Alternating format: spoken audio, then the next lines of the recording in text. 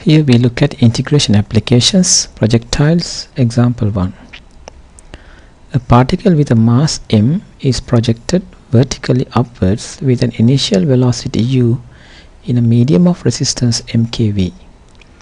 Here k is a constant and v is the velocity of the particle at any given time. Obtain an expression for the maximum height the particle can reach. First we will write an equation for the downward force on the particle, which is equal to mg plus mkv squared. Mg is the mass times the gravitational constant plus the resistance mkv squared. And also, using the Newton's second law for the motion of the particle, we can write P equal to mf, mass times acceleration, which is equal to mass times dv over dt. Acceleration can be written as dv over dt. Also, we can write dv over dt in terms of ds over dt times dv over ds. Basically the same, dv over dt. This ds is a common term here. But ds over dt is actually velocity. Therefore, we can write mv dv over ds. And there are two forces now, mg plus mkv squared, mv times dv over ds. Both are acting in the same direction. So when you add these two forces, and the result then should be 0 for the force balancing. So now we can simplify this further, take away m out, and g plus kv squared equal to negative of v dv over ds. And we take the ds term into one side and dv terms in the other side. Write this expression here. Now we can work in integration to find out the value of s. Therefore, what we do is we integrate with respect to s, this side 0 to s, and the right hand side start from the initial velocity of u, and at the top of the projectile the velocity becomes 0. So u to 0, and this is the height it reaches 0 to s. So v dv over g plus kv squared.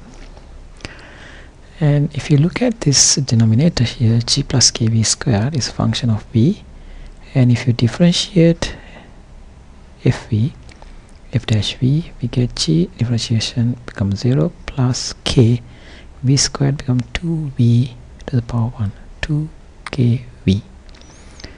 So this is an expression where we can see the general form of integration, where if you have expression here and if you differentiate this one, and if you get this differential of the denominator in the numerator, then we can write it as ln fx a to b.